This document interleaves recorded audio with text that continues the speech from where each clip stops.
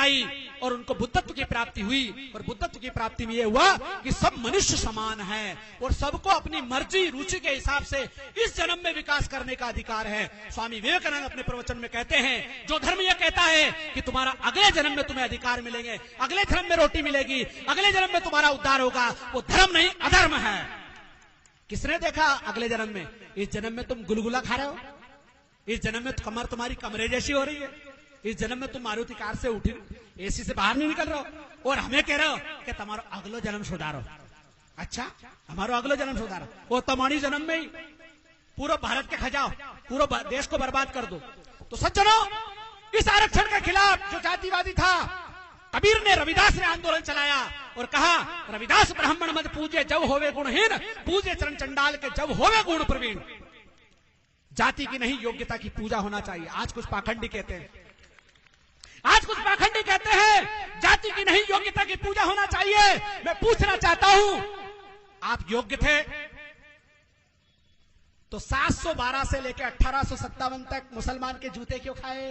Hello, तुम्हें जब दौड़ा दौड़ा के तपाया, आज बोलते बहुत सारे लोग हजारों मंदिर तोड़ दिया, अशो कर दियो, तो फिर तुम्हारी योग्यता कहां थी? हेलो, तुम्हारा 33 करोड़ देवता कहां था? तुम्हारा 24 अवतार कहीं कर रहा था? और चलो भी तो बापड़ा सो रहा था, भी तो बाटा लोड़ी का है। आप क्या कर रहे थे? आपकी योग्यता कहां गई थी? जब 1857 से लेकर 1947 तक अंग्रेजों ने तुम्हारी रगड़ाई की, उस समय तुम्हारी योग्यता और बहादुरी कहां थी? विचार कीजिए, चिंतन कीजिए। योग्यता किसी बाप की बपोती नहीं होती है, किसी जाति वर्ग की बपोती नहीं होती है, कोई जन्म से योग्य और अयोग्य नहीं होता है। सज्जनों, आदमी को 3 चीज से योग्य बनता है, एनवायरमेंट, एजुकेशन एंड एक्सपीरियंस। 3 चीजों से आदमी योग्य बन जाता है, चाहे वो किसी भी जाति वर्ग संप्रदाय का हो।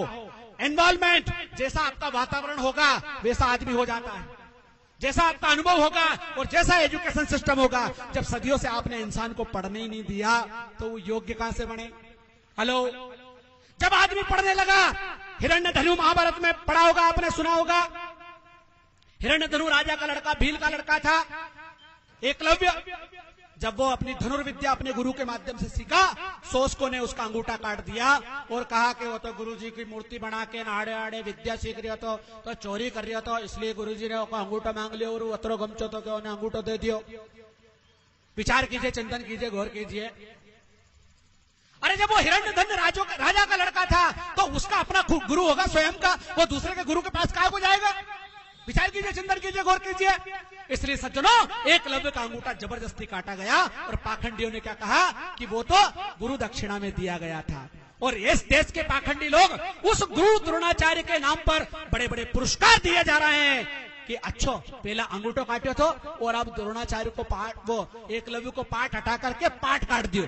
उनके बाप दादाओं ने हजारों साल पहले क्या काटा था? अंगूठा काटा था। और पहले जो 10 साल 20 साल पहले पढ़े हुए 5वीं में मध्य प्रदेश सरकार एकलव्य का पाठ पढ़ाती थी, वो पाठ हटा दिया, अब काट दिया।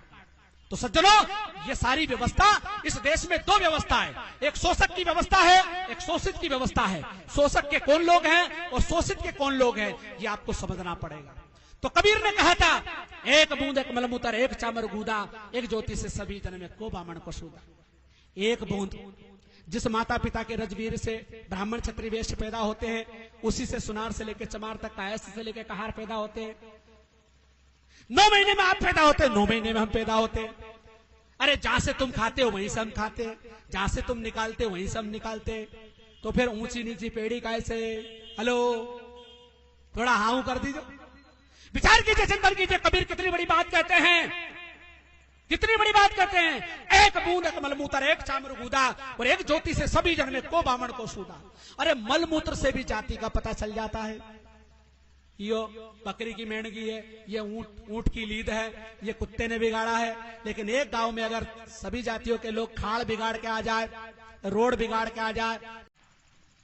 अच्छा, छतरी को क्या आरक्षण दिया? छतरी को यह आरक्षण नहीं है कि वो पूरी दुनिया की यात्रा करे, पूरी दुनिया में जाकर के राज करे। आपने देखा होगा, इस देश के क्षत्रियों ने अगर मारा है तो किसको मारा? चमार बड़ी भील बागरी बरगुंडा नाई धोबी तेली तमोली, इनकी बारात रोकी। हेलो, बारात भी रोके तो कहा मरिया मराए के मारे। हेलो, मरिया मराए के। अरे दुनिया में राज करना था ना तुम्हें। 7 समुद्र पार से अंग्रेज आ गए पूरी दुनिया में राज किया और तुम यही लटापटा बैठा मना गठा में लगा दिया। तुम्हारी ताकत यहाँ की यही रही। तुम्हारी जिंदगी का मकसद क्या बनाया? हमारे जैसे पाखंडियों ने, धर्म के ठेकेदारों ने क्या कहा? छत्री को काम है नीची जाति को तपाओ। सोंधिया, गुर्जर, दांगी, यादव, माली, तेली, तमोली, ये नाई, धोबी, इनको अपनी जाति को काम कराओ, नहीं करे तो मारो। ये तो बापड़ा अंग्रेज अच्छा आ गया जो ये सारा सिस्टम बदल दिया। इस देश के शोषकों की ऐसी रगड़ाई और ऐसी तपाई करी कि आज भी 15 अगस्त 26 जनवरी पे बोले गोरागढ़ था, गढ़ा मारिया, कुर्सी पे नहीं बैठ देता था, रेल में नहीं बैठ देता था। अरे भाई तुम भी तो कुर्सी पे नहीं बैठने दे रहे हो। आज दलित समाज का, आदिवासी समाज का, पिछड़ी जाति का व्यक्ति अगर सरपंच बन जाता रहे तो आज आप भी तो नहीं बैठने दे रहे हो। वो गोरे अंग्रेज थे, आप काले अंग्रेज हो। तो सज्जनों, इस आरक्षण से क्या नुकसान हुआ?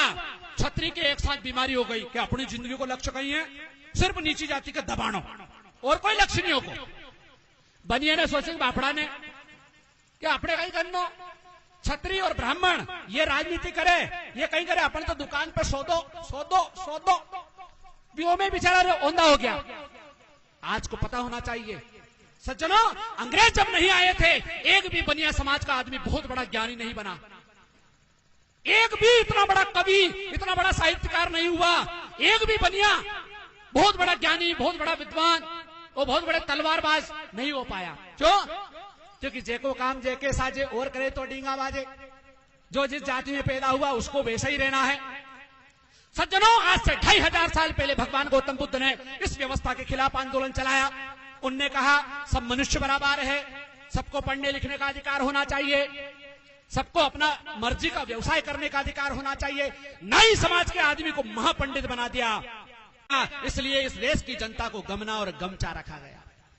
आज बहुत सारे लोग कहते हैं सब आरक्षण गलत है, आरक्षण आर्थिक आधार पर होना चाहिए। अरे सदियों से जो तुमने आरक्षण बनाया इससे देश कैसे बर्बाद हुआ वो मैं बता दूं आपको।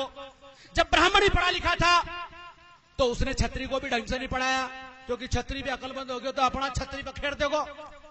हेलो, जब बुद्ध नाम का छत्री ज्ञानी हुआ उसने अपना अलग धर्म बना लिया।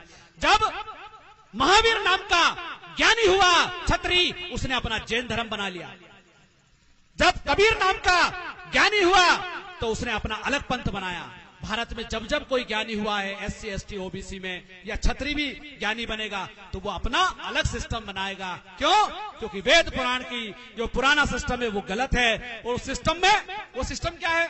भगवान ने ऊंची नीची पेड़ी बनाई है, सब अपनी पेड़ी पे बैठा रहो, जूता खाता रहो, जूता देता रहो, इससे अगला जन्म सुधर जाएगा।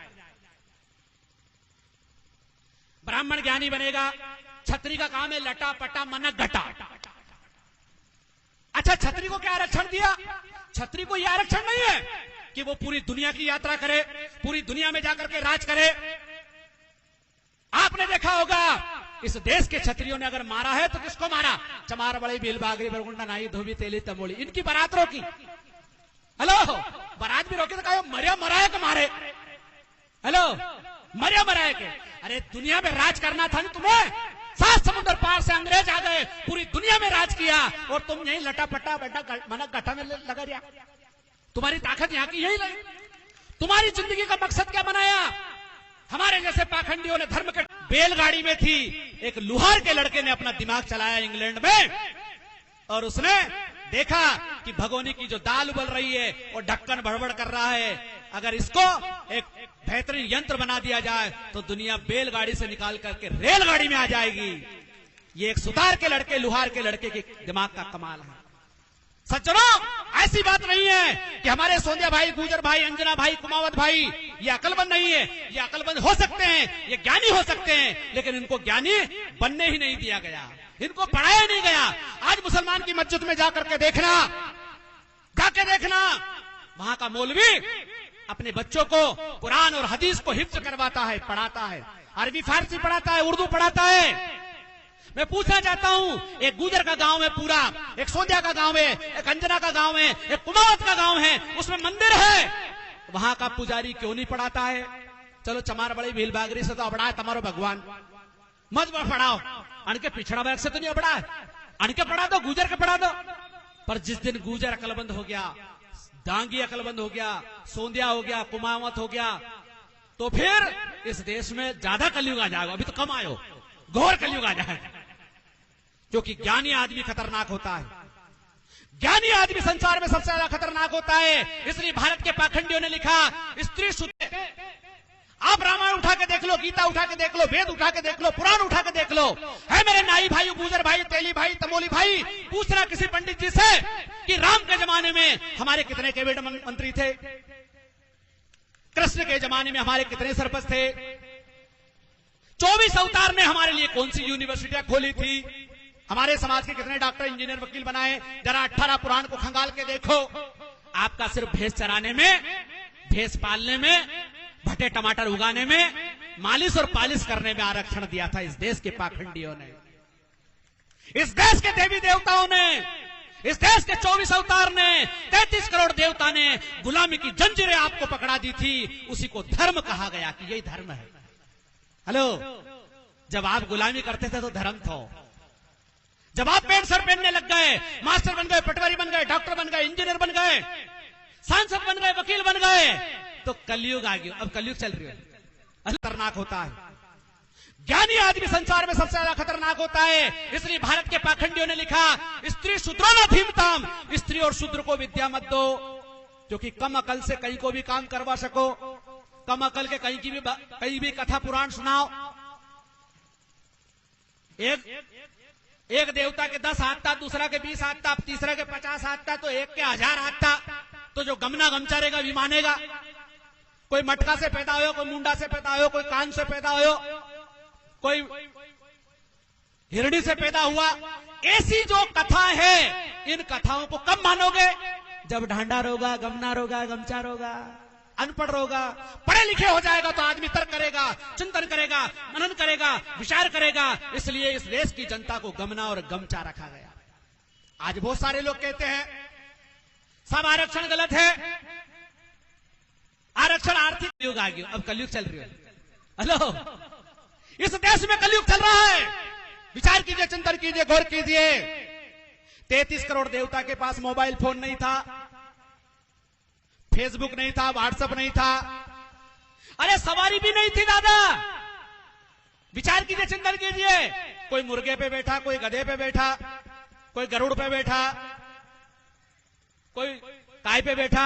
अरे तुम एक सवारी का आविष्कार नहीं कर पाए। आप कहते हो कि ब्राह्मण ही ज्ञानी है, तो भैया ज्ञानी है तो आपने आविष्कार कौन सा किया? अरे सारी दुनिया बैलगाड़ी में थी। एक लुहार के लड़के ने अपना दिमाग चलाया इंग्लैंड में, और उसने देखा कि भगोनी की जो दाल उबल रही है वो ढक्कन भड़बड़ कर रहा है। अगर इसको एक बेहतरीन यंत्र बना दिया जाए तो दुनिया बैलगाड़ी से निकाल करके रेलगाड़ी में आ जाएगी। ये एक सुतार के लड़के, लुहार के लड़के के दिमाग का कमाल है। सज्जनों, ऐसी बात नहीं है कि हमारे सोंदिया भाई, गुजर भाई, अंजना भाई, कुमावत